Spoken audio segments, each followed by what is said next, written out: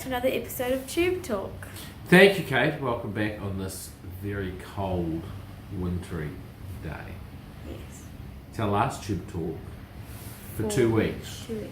We won't have one next week, we'll have one the week after because we're going away for the school holidays. Yes, very exciting. It is exciting. Let's get right into it. So, last week we had Remuera who ran third fresh up. Yeah, we were all around the honey pot last week, Kate, without quite dipping in and getting that big hunk of honey. So, Remuera, a really good run for third. Heavy track, she didn't like it. So, across the top 600 to go, she just struggled to quicken, but she finished off really well. She's in for a very good campaign. Get her onto a better track next start, she'll be hard to beat. She's in for a good campaign. The pleasing thing was she settled well. In last preparation, she was pulling and pulling, but she just seems to have matured, so really happy. Then we had Loose Cannon who was also fourth and fresher. She was fourth, but a good run, very good filly. Track was just cutting out a bit, and she just lacked a little bit of race sharpness. She was there to win the race. One more run under her belt, she would have won it. So, very happy with her. She'll now go out for a month and come back in the spring. Then we had Rock Island Line who was a good fourth as well. Also fourth. He, really good run in behind them at fantastic odds. He was about 26 to 1. Hooked out, made his run and just got nailed by a couple of horses over the top. Finished close up. He's improving with every run. He'll be ready to strike in his next couple of starts. We'll head to the National Carnival with him, and we did that last year and he won. And I think he can do the same again. Cool. And then we have one more fourth who was Aristotle. How many fourths can you have? So Aristotle's a bit of an enigma. He works like Tarzan, he races a bit like Jane at the moment, but he was better. Ran fourth close up, got a little bit of confidence. He's one of those horses that he gallops so well, if he gets confidence and wins one, he'll probably win 3 or 4. So it was better from him because he's been on a little bit of notice. And next start, if he can get a little bit of confidence, he can win. Cool, now it's time to get into this week. So, coming up this week, we have on Saturday at MARTON in race 3, JENEVER.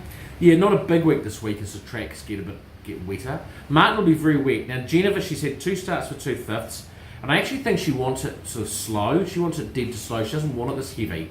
But she ran very well fresh up on a heavy track like this.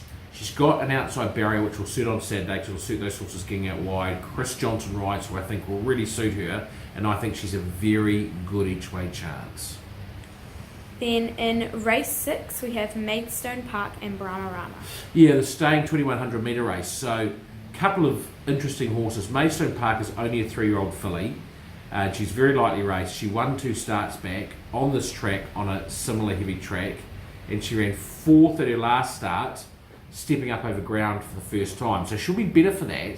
And she steps up, she goes over ground on a track she likes. She needs a strong jockey. She's one of those horses. She does what the jockey tells her. If the jockey sits up and relaxes, and she'll relax. So we've got Lisa Allpress on board, and if Lisa tells her to run and is at her, she's a distinct each way chance. Is only a 3-year-old filly, and has improved all the way and will be better again as a 4-year-old, but is a nice each way chance on Saturday. Cool. Then in Sydney at RANDWICK. Hang on. Brahmarama. I was just thinking that. So Brahmarama on this track 2 starts ago ran second at 70 to 1.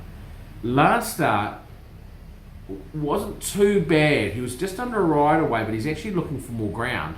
And so he missed a couple of gaps. He got held up at the 600, missed a gap in the straight. So he's been looking for more ground. He's on the ballot, but if he gets into this field, he'll be long odds, and he can do something similar to what he did a couple of starts ago at Awapuni and run very well in his first run over ground. I think he'll love the really heavy track. Then in Sydney at RANDWICK in race 5, we have RAQEEQ.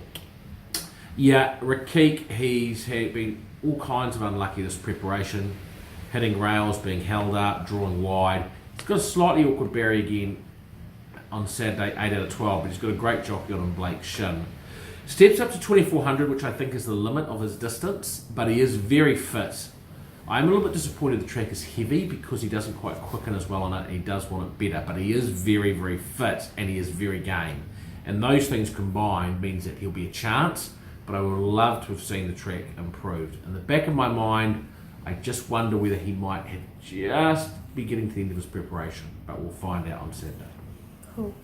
Then on the same day at Newcastle, in race 8, we have Ferry Me Home. Very progressive, very exciting young horse, 3-year-old. 1-2 starts back as a $1.85 favourite. Last start drew wide, pulled his block off the whole way, which we thought he was over. And it wasn't a bad run, but I'm worried on Saturday he's got barrier 15 again, which means you've either got to go back, and the way he's been pulling, he may do the same thing again, or you've got to go forward. So if we run on Saturday, I'd like to see him go forward and be handy, but I've yet to talk to Chris, and if I would actually prefer not to run a scratch and wait for a better draw. So watch this space, we'll see what happens there, but he's a very exciting, talented stayer in the making. Great. Now it's time for Bet of the Week. So this week's Bet of the Week is JENEVER. We've gone for one of our own. I just think 2 starts, she said 2 race day starts, I just think she's ready to strike. I love Chris Johnson on her. I like she's got an outside draw. The track will be too heavy for her, but I think she's got a lot of ability, and I think she'll be over the odds. I think she might be $7, $8, $9, and I think we should get a bit of that, Kate, a bit of holiday money. Yes. So JENEVER is our Bet of the Week. Cool, so that wraps up Tube Talk for this week. And we'll see you in 2 weeks' time. Okay. Bye. It's impossible almost to pick these horses out into the straight. Coming down the outside now, it's Van der Hum. Van der Hum and Golden Black out after the leaders. Van der Hum's moved up now with Golden Black, and they're fighting the cup out.